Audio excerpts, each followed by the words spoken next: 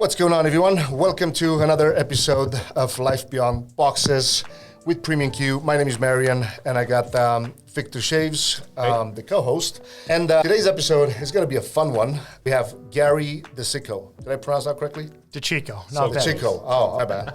So let's go into, we're diving into a lot more questions. Typically what we do is we kind of tend to go with the actual flow of the podcast, but then we have a lot of selfish questions to all of our guests. But Gary, so with Premier Home Solutions, right? Correct. Let's talk about water. Yeah, absolutely.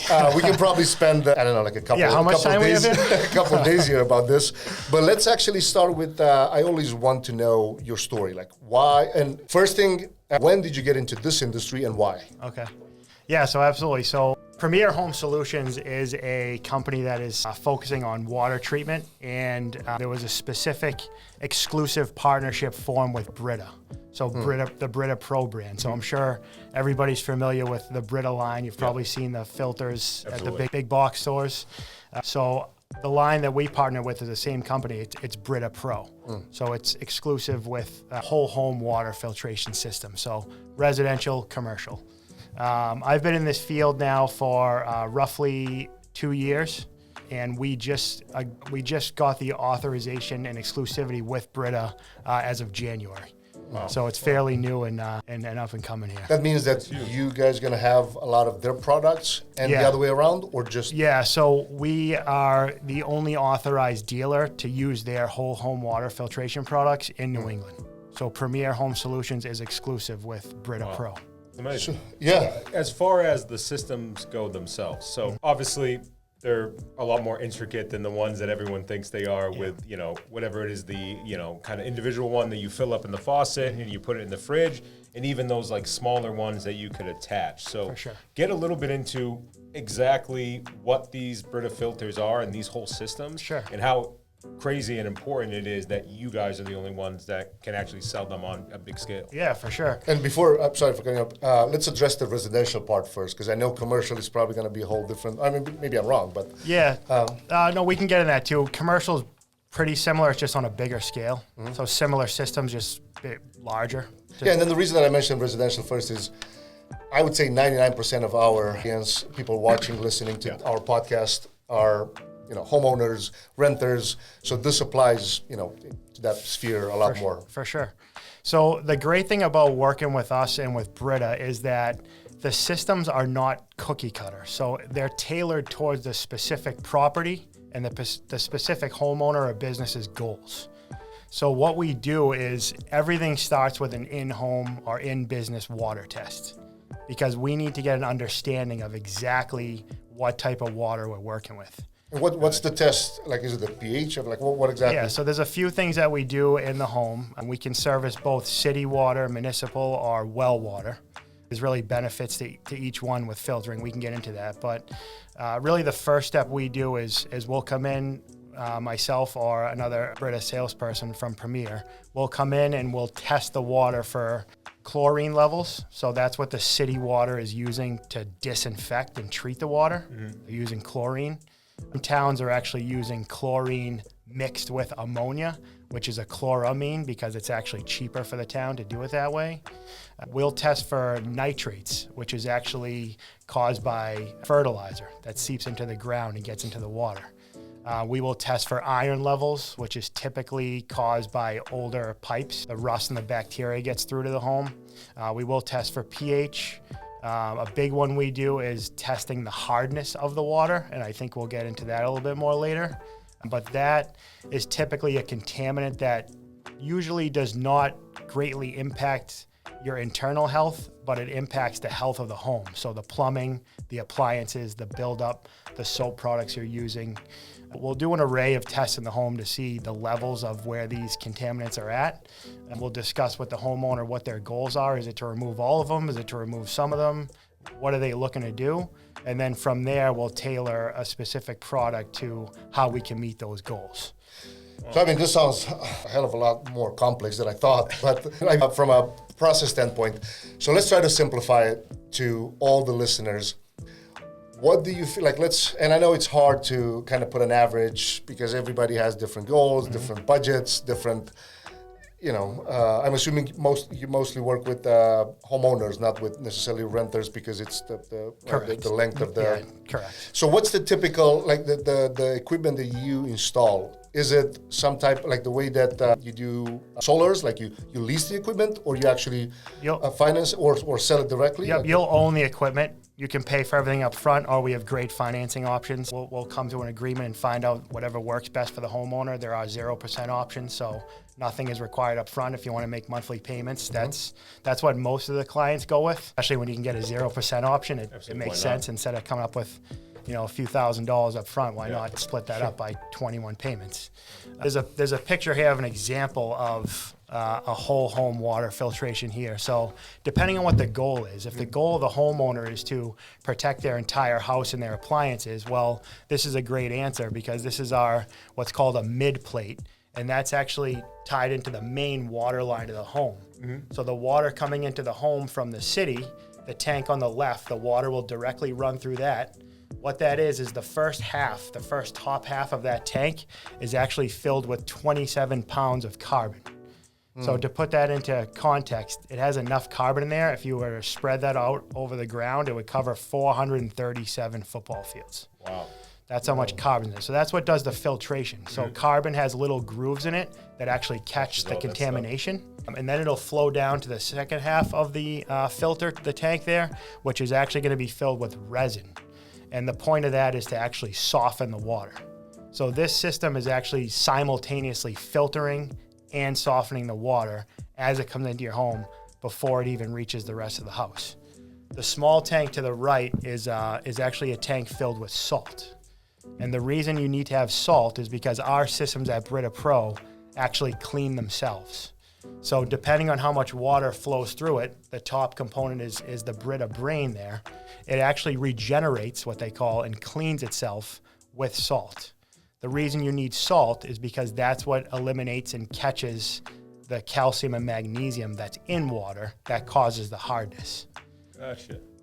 And just to make things clear, we're talking about just the kitchen faucets, or we're talking about the entire house? This here is the entire house. So this particular filtration, there's other options we can get into as well, but this here is our number one seller, and this is to filter and soften water for the entire home. So this is drinking water, what you're cooking with, but also what you're showering Correct. with, what you're washing your hands with. Correct. And I think we'll get into that, because I know me and you have had conversations about it. And everyone thinks water, it's like, all right, what you put in your body, right? And they go, I get bottled water, I'm fine. But you don't realize what is affecting you from just showering, washing your hands, even the water, you're not swallowing it, brushing your teeth, but that kind of stuff. So, we'll definitely get in that in a second. One thing I wanted to touch base about, because I feel like we skipped it before we get into all of this system, is just why people need this and just how bad the water is. And just as a disclaimer to all the listeners out there, this is going to scare the crap out of I think you. we should have started with that. We probably have to put this at the beginning of the episode. So there's really two ways to look at it. So if you're on municipal water, there are legal regulations that the city water treatment has to abide by that was set by the EPA. When you actually look at what is legally allowed to be in your water, it is scary. It is very similar to the food that is in this country. There are a lot of toxic chemicals that are legally allowed to be in our food and our water, but that doesn't equal safe. So for instance, let's take the contaminant, let's take chlorine, for example, correct? So chlorine, everyone I'm sure is familiar with what? Pools, right? Yeah. So it's used to disinfect the water. It's a great product to disinfect, because on city water, you're getting some type of groundwater, whether it's a reservoir, anything like that, it needs to be treated. It has to be disinfected, or else the water will be coming in brown, filled with carcasses, dead animals. It'll be crazy. You have to disinfect that water. However, once it gets to the home, you do not want to expose yourself to chlorine because of a few reasons. One, let's talk about just your skin, for instance. So when you're exposed to chlorine, what happens is that plays a direct role in irritation of the skin, clogging the pores, skin dryness, and damages your hair. That's just from an external standpoint with chlorine. So what happens is when the water evaporates, the chlorine solid stays there, and that's what's causing these issues. When you're ingesting chlorine, you're actually breathing in the vapors of chlorine, which chlorine's on a more toxic state when it's in a vapor, when you use a hot shower. I'm sure a majority of everybody here and the listeners are not taking a freezing cold shower every morning. They're probably taking a somewhat warm to hot shower that's steaming up. So that amount of chlorine coming out of the faucet, not only are you absorbing through your skin, you're breathing in into your lungs. Jeez. Yeah, it's crazy, right? Straight up poison. Yeah. I mean, it's like ask any person, go take a cup of water from your pool and go drink it and go shower with it. But like people, I was just about don't to ask, realize. like, isn't supposed to be separate types of processes for like the water that goes to your pipes for your bathroom, and then the water that comes to, like the drinking water that comes to your. Like how is So, it just so you know what? Think about this. The same water that's in the back of your toilet is the same water that's coming through your kitchen sink that you're drinking.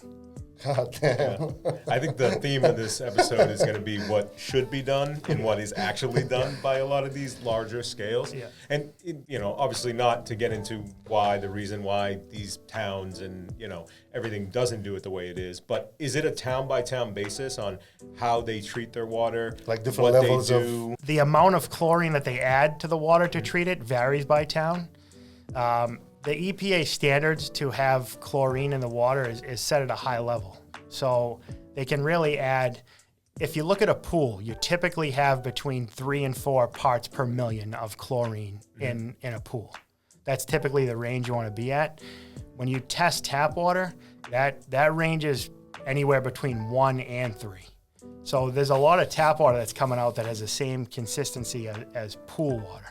And it's funny because you're advised to rinse off when you leave a pool, to rinse off the chlorine, yet you're rinsing off with tap water that It's pretty much the same. has pretty much the same thing. So chlorine is very scary. I would recommend you Google image on your phone a chlorine label, and you tell me if that's something that you would like to be exposed to.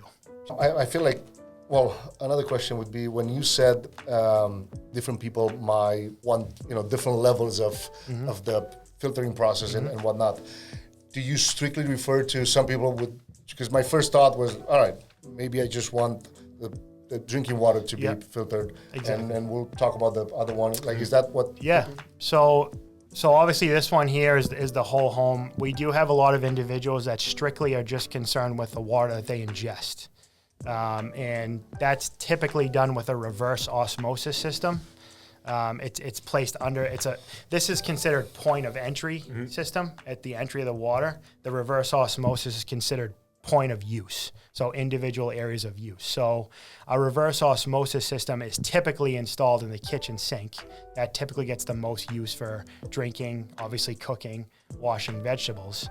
And that particular area would have 100% pure water coming out.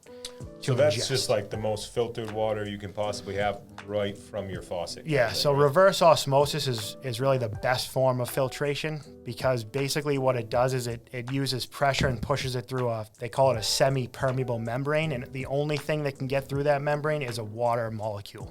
So it's complete pure water. And this is, so take us through like the systems that everyone is probably used to, that you can buy at the stores, those big box stores. Yep. That is just the filtering process of it, right? So it just has a screen or whatever it is, and it catches most, if some of the stuff that's coming out. So this is a whole nother level, because it's coming in pretty clean, and then it's going through that final stage of filtration where, like you said, it's only thing that comes out is filtered and the best water that you've ever had, right? Correct. Yeah. So a lot of people are familiar with, like you mentioned, the big box stores, individual disposable filters. Typically, most of those are just activated carbon filters, and what they're designed to do is remove chlorine from the water, and chlorine only. The reason they target chlorine is because that has the biggest impact on taste and odor in water. So when you can remove chlorine from it, obviously then you have a better taste and a better smell of the water that you're ingesting. It's the same thing that goes for the disposable filters that are in most individuals' fridges. Yeah. Those are typically, most likely, an activated carbon filter that is strictly designed to remove or use chlorine. So the other contaminants are still getting through, and you're still ingesting that. So run us through and again, if everybody wasn't scared enough with the chlorine talk, run us through all the other stuff that even if you're filtering it, getting the chlorine out of it, how much other stuff is also And in how our dangerous water? all that stuff is. Yeah. Like, when are we talking long term and Yeah. So we'll start with chlorine. I'll just touch base on that. That really has a direct correlation with cancer right now. So consuming and being exposed to chlorine is directly related to cancer, most notably liver and kidney with chlorine. there's a process Oh, the water's coming through it, yeah. Kidney's impacted greatly by a lot of this because, you the water that you need to either have a filter or you are the filter. That's what a your good point. kidney's Yeah. job really is. What a tagline. That's pretty good. I was just about my mind went straight there when you said That's a that. good one, right? Copyright that. Yeah, right, trademark it. So let's talk about, I'm going to talk about hard water right now. So that is what's considered a secondary contaminant. So there really isn't any type of regulation for the limits on where certain hardness can be from an EPA standpoint, because hard water really is minerals. It's calcium and magnesium, and it builds up in the water. It's dissolved rock that builds up naturally from rocks, mountains, the soil in the water. So the biggest health risk because of hard water is actually kidney stones, because of calcium that you're ingesting on larger amounts into your body. Gotcha. So there's a root cause typically for kidney stones. It's something to do with your environment, and typically it is caused by calcium and hard water that is being ingested. So I don't know if I sent a picture, but maybe I can send one. Oh, that's a good one. We're on hard water. Let me talk about these. Right? I don't know if I'm bouncing around too much. No, you're good. Right. So the first thing, while we're on the hot water topic, let's talk about this. Here is a picture of a hot water heater, a tank. And what is in there is actually all buildup and scaling directly from hard water.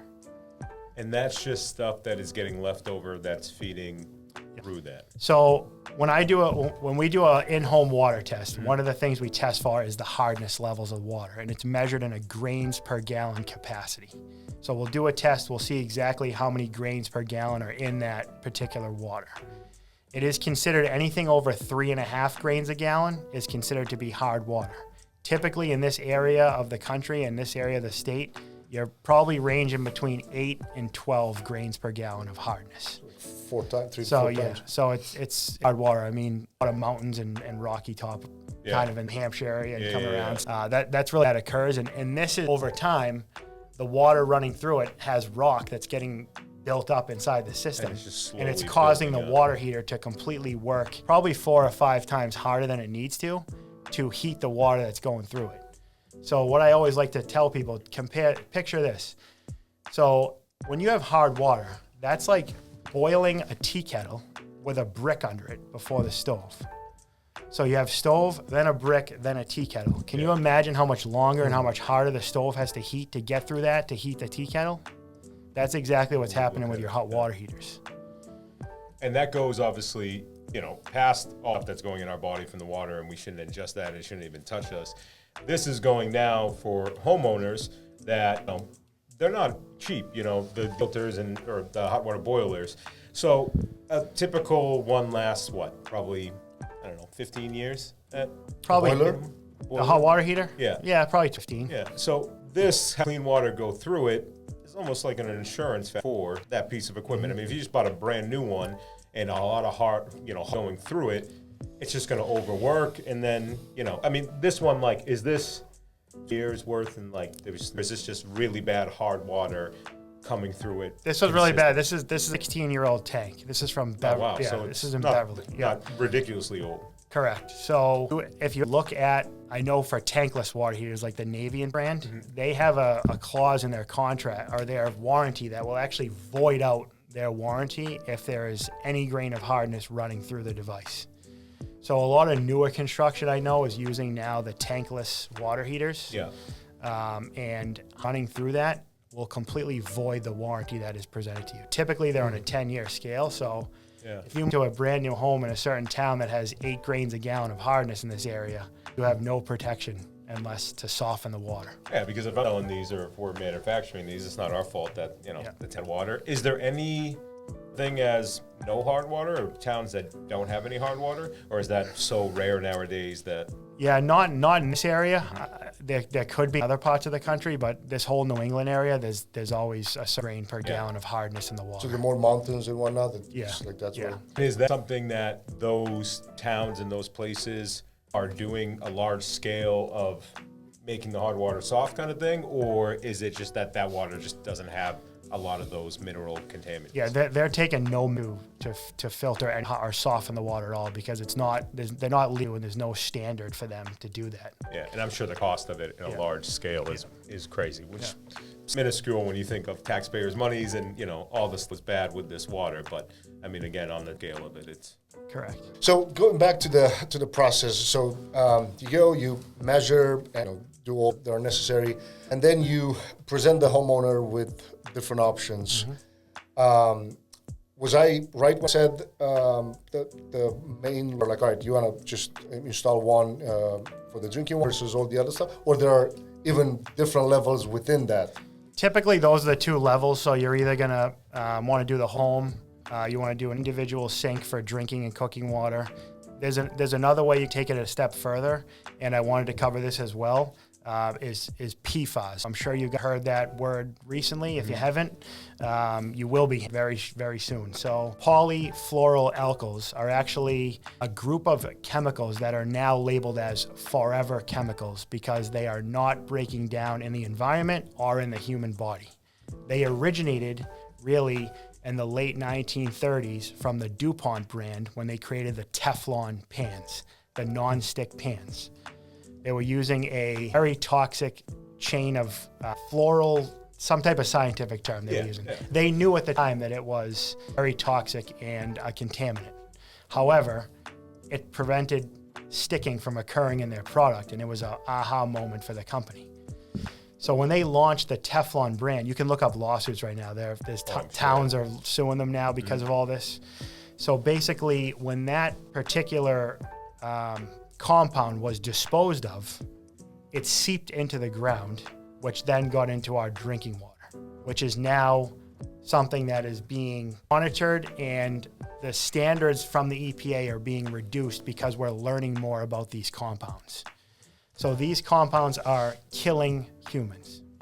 They are causing testicular cancer. They are causing infertility. They are causing birth defects, and they are causing cholesterol issues. So the body cannot break this stuff down. So once it's in your blood, it's in there forever.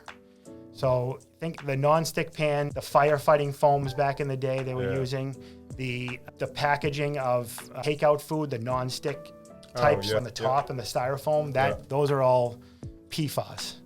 So that is now in our drinking water. There's no proof that you actually absorb that stuff through your skin. So to my knowledge, I don't believe that showering is a major issue in it. However, you're ingesting it, whether you're drinking tap water or you're brushing your teeth, even a small amount, you're ingesting those chemicals. Or even something like cleaning fruit and vegetables, like when you're cooking. When you cook, a lot of people don't filter the cooking water because they believe that it's going to boil. This stuff doesn't get. That was my next question. Actually. And then let's take a vegetable, for instance. You're trying to get the pesticides and stuff off, yet you're rinsing it with chlorine, PFAS. There's actually pharmaceuticals in the water now from individuals' waste. So you're actually rubbing and rinsing all that kind of stuff off, and you think you're actually cleaning it, where, in my opinion, you're actually making it worse if it's not filtered water. So think about all those ways that you're susceptible to ingesting and being part of water. It's everywhere. And it's every day. And then again, it's consistent use of this water too. So it might not be so bad in a little bit if you have one sip of it, but it's one sip every single day for the rest of your life. And it adds up, similar to how the hard water and the minerals add up in a boiler. So I'm just going to put real quick the EPA's regulations about how they've adjusted the scale on PFAS as they've learned more. So first of all, there's over 6,000 chemicals that make up the PFAS family. Only 6 of them are regulated. So 6 out of 6,000 are regulated because we don't know enough about the other ones. So the EPA years ago set a standard for PFAS in drinking water at 20 parts per billion. As they learned more, they had to reduce that scale, and they changed it from parts per billion to parts per trillion. So it still stayed at 20, yet the scale got a lot bigger. So basically that's like parts per billion is like 1 day in 32 years. Parts per trillion is 1 day in 32,000 years, or parts per trillion. That's the difference in the scale. And is that just because they're trying to eliminate the amount that's in our water, or they're just trying to make it look better about how much is actually in our water thing? I think they're really trying to eliminate it, honestly. Yeah. And as of recently, the EPA is now creating a new standard. It's going down to 4. So towns now are going to have the next 3 years to test and find a resolution if they're over 4 parts per trillion in PFAS. They're also giving them a 2-year period after that, so they really have 5 years from now to comply. But they're legally obliged to follow these new guidelines, each town. So going forward, in 5 years down the line, almost every single town that I work with in this area is averaging over 4 parts per trillion of PFAS, and you can find that right in the town's water report. That's what I was going to ask. So this is stuff that they're not trying to hide it. They're Public just out in the open. It's out there. They don't really send out a report to your mail or email. You got to look for it, but it's there. It's on Google. There is a great organization that I like to look up, and it's the Environmental Working Group, so EWG.org. They're a third-party nonprofit organization. They provide testing results to the public, but what they do is they don't base their recommendations off legal amounts. They base it off of the health guidelines, what you should be exposed to. Which I would imagine is way lower than So what it's the like, guidelines it's are. crazy. You can legally have arsenic in your water at 10 parts per billion. Not like what you can't have in your water, it's just how much of it you can have in Right. your water. So they're using regulations based on what you should be exposed to at a human level, and it's crazy. You shouldn't really be exposed to any of this stuff. And you were saying like there's like I grew up and I live now back again in Hudson, Massachusetts, and I remember I want to say like 10 years ago, there was a whole thing with this PFAS and everything like that. Everyone had to boil their water. Everyone in the town was giving bottled water. I think quickly they pretty much got it under what they needed to. So it wasn't like this huge thing that took a while. But how often is it that these towns are going over the limit and then doing whatever they're doing to get it under the limit? Like, it's a pretty common occurrence for a town to go through that, right? Yeah, there's one particular town in Massachusetts that has had notoriously bad water for quite some time. You can probably look up the movie with John Travolta. I believe it was called Civil Action. It takes place not too far from here. It's actually Woburn, Mass. So Woburn, Mass is Because of that, oh, go ahead. and they're actually currently in a violation with PFAS right now. So Q4 of last year, the 3 months of testing, they averaged over 20 parts per trillion, because that's what the current regulation is. So they had over 20 parts per trillion of PFAS chemicals in their water. So they're legally obliged to provide communication to the town, and right now they're issuing bottled water to young children and the elderly. Right now they're issuing that out. But the only way you can remove PFAS from water is really one of two ways: ion exchange or reverse osmosis. And when you do that on a town scale, it is millions and millions of dollars to do that. So I honestly don't know what's going to happen in 5 years when all these towns are going to be in violation.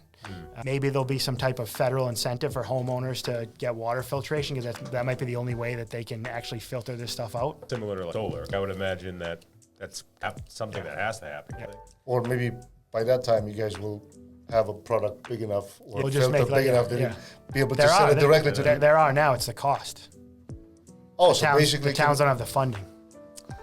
Got it. One question that I'm actually curious, can people do these tests? And I know they're not able to, or even if they are, not to the level that you're doing, but are there any tests that you can buy at home to test the water? So there's really an array of tests that you can buy. There's a lot of Amazon products you can get. You can find there's certain contaminants you can look for and test them.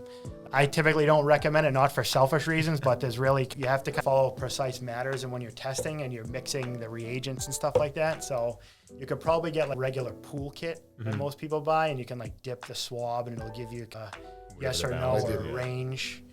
You're not going to get specifics as to the certain levels per liter and stuff like that. How often do towns test their water?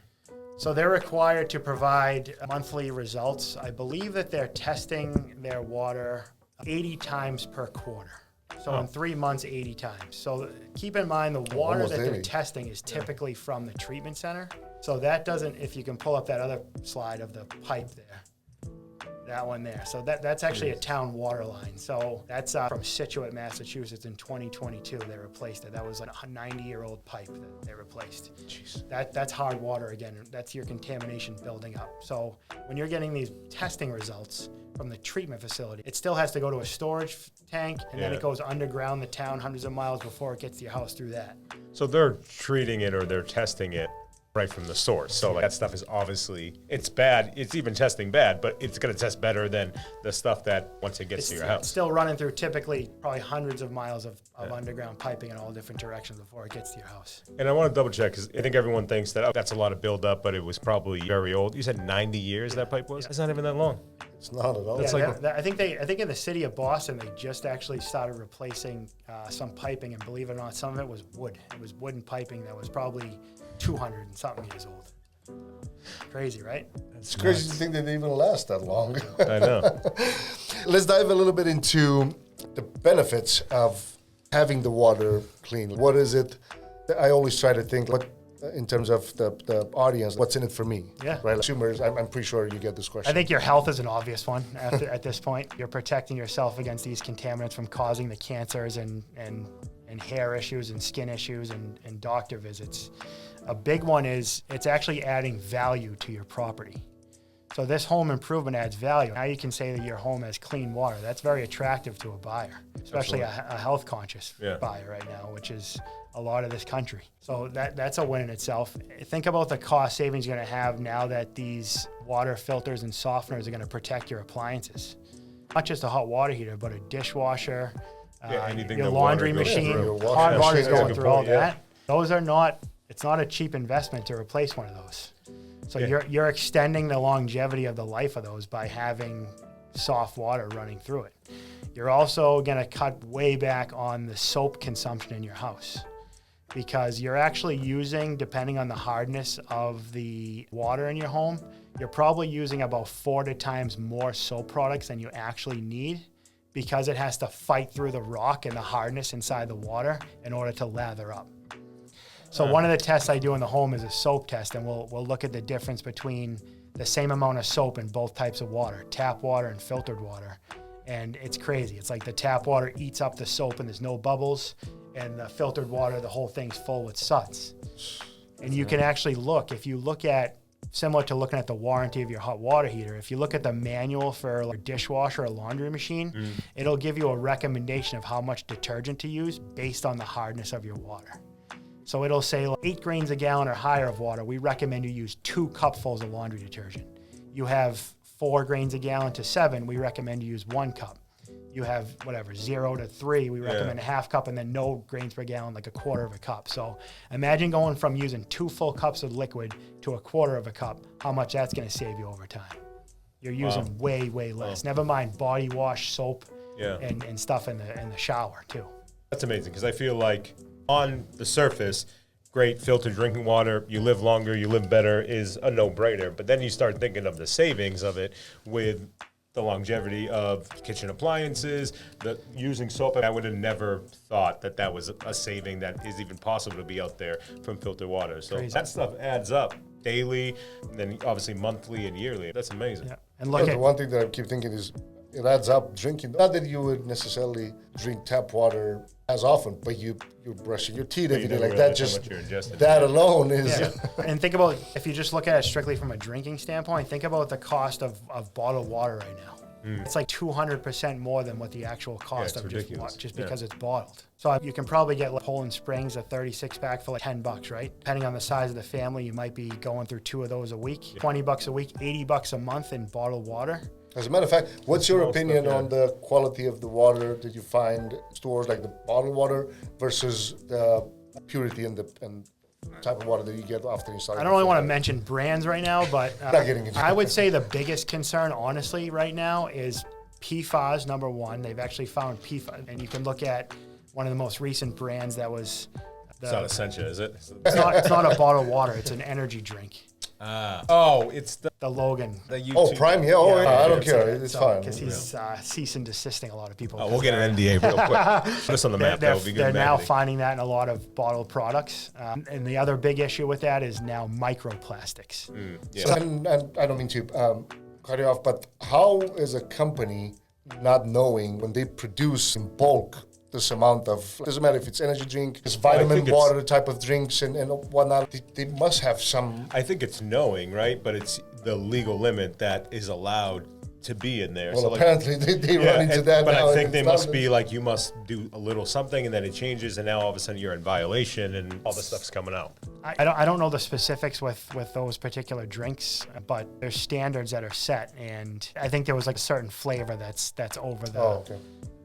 Gotcha. It's a whole rabbit hole. I'm sure you can go down with that, but they know. Well, that gets to a next point. Is there and obviously brand of water aside, is there any brand of energy drinks or any drinks that we consume that actually use ultra filtered water and like the water that you guys offer thing? So anybody that would use reverse osmosis is a big recommendation of mine. And the reason why is because, like I said before, when you use reverse osmosis, only pure water is getting through it.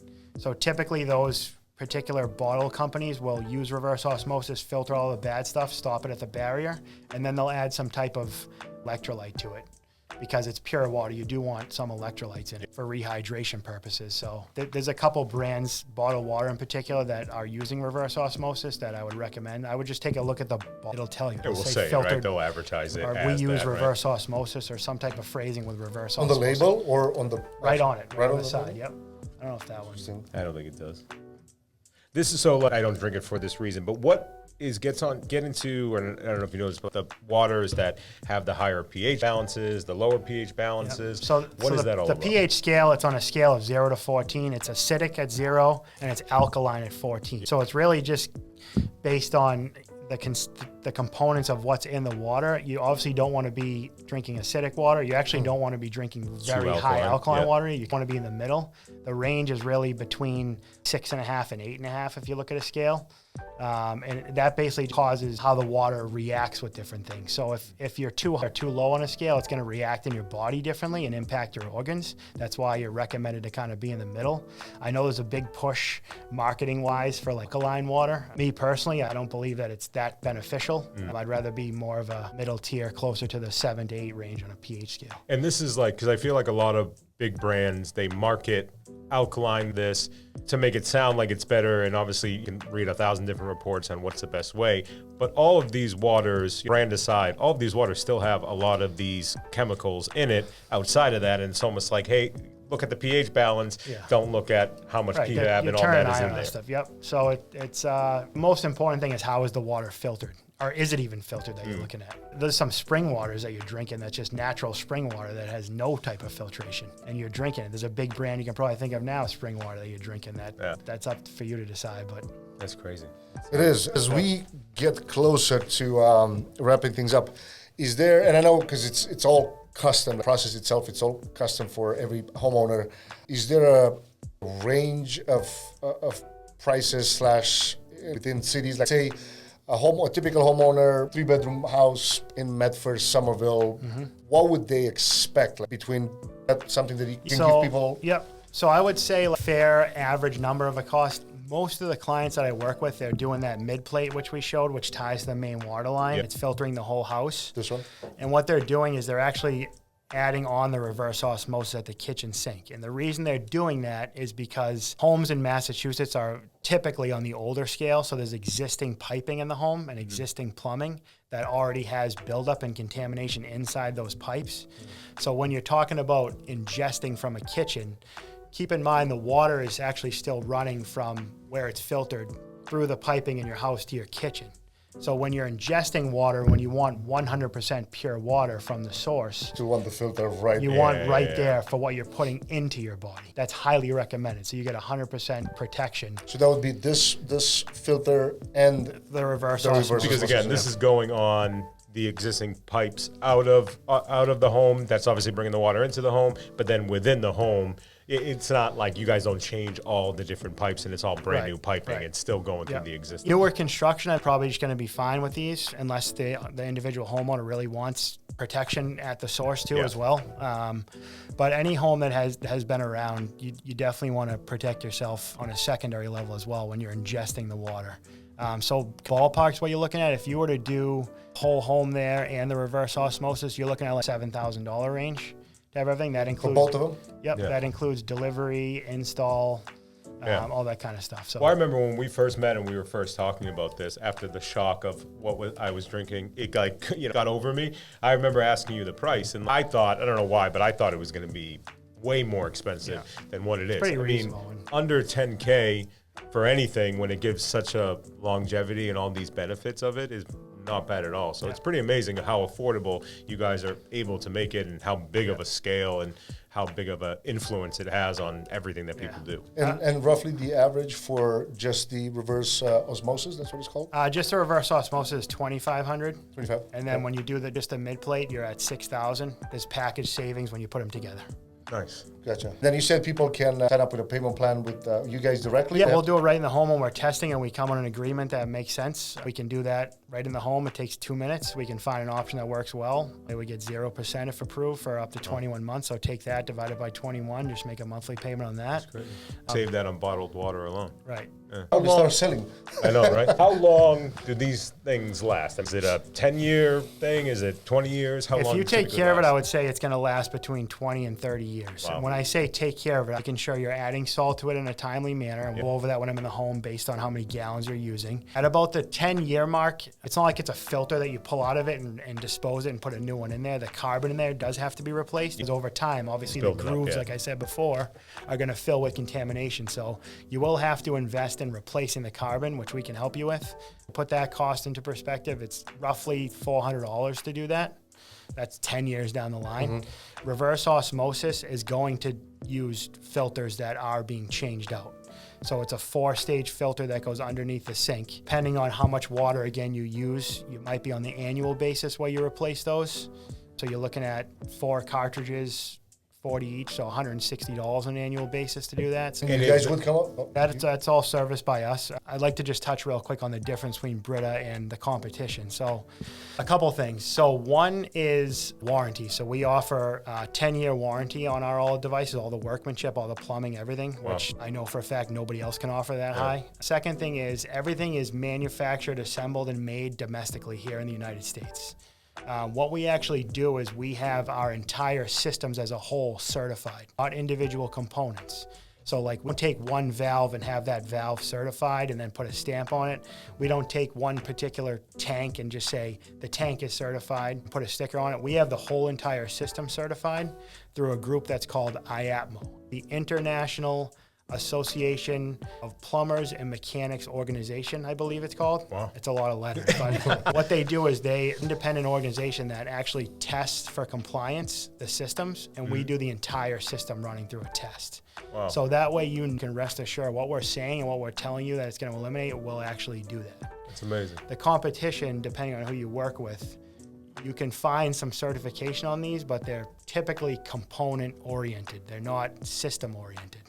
So that's a big difference. What should people look for when, let's say, you listen and watch this podcast, they realize like, oh, that is more dangerous than I thought, and then they start launch, so they might call you, and then maybe they call a competitor to kind of what the prices in quotes are. What would you tell them, like, sure, outside of what you just mentioned in terms of the certification of the Yeah, so I would have them know exactly what the components of the filter that this person or company is explaining to them, like is in the actual filter itself. Is it just carbon? Is it just going to remove chlorine?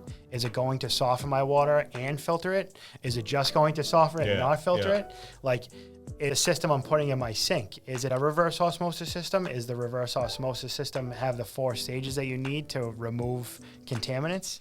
You know, what is exactly this made of? What are the specifications of this product? And what is it designed to do? And what is the proof that it is going to do what you say it's going to do?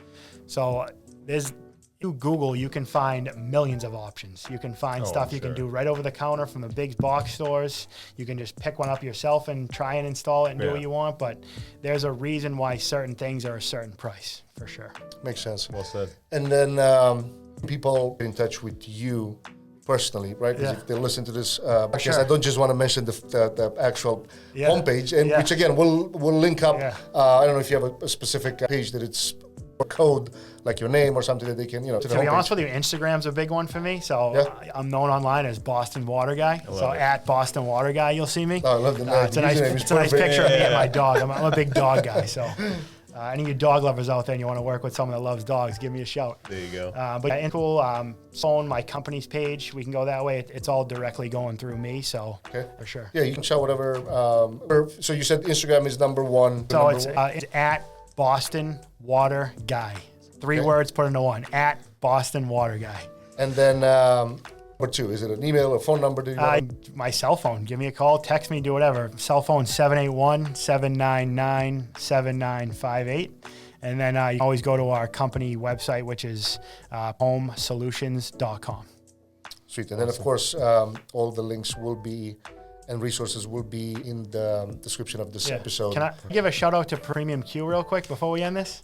Of course, yeah. Always. So the reason I want to say this because I actually had, obviously Victor and I have connected through our BNI group. We've only had a relationship now for a few months, but we hit it off right away. Absolutely. So I was going through something personal and he was right there to help me, and I had to move right when we really first met each other.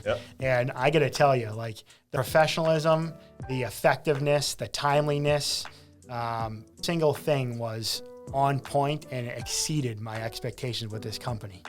Like, I gave a good review. I talked to as many people as I can about it because this is like, you can experience something on your own. It puts a whole different light of perspectives on things. And everybody from top to bottom that I was involved with was top notch. Professionalism, on time, like courteous, going above and beyond, doing whatever I needed.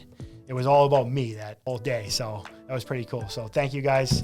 I highly recommend Premium Q for sure. And when any type of need that you guys have, they're going to kill it for you. I appreciate the testimonial. We didn't pay him to say that. Yeah, from the heart, baby. Is there anything, like I always want to ask this before we wrap it up, is there something the question that you wished one of us would have asked you and we haven't? No, but I'd like to ask you guys, why don't you guys have a water filter in your house?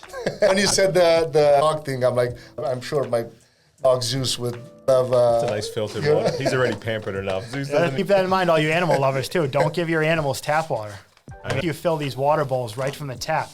And they're susceptible to this stuff, too. They have organs like we do that are being impacted greatly. So, which, going on that, Gary, I know you touched base at this week's meeting about a lot of the organizations that you worked with for dog lovers and all the great things that you do. Give a shout out, man. As a lot of people have seen, they've seen Zeus on this podcast. I got a dog, Ace, at home. So shout out, let people know what it is you guys do, where people can go to help out, because that's usually a huge thing for the podcast, and doesn't love dogs. Yeah, it's awesome. It's close to my heart if I haven't made that clear yet. But an organization called Junior Paws for a Cause.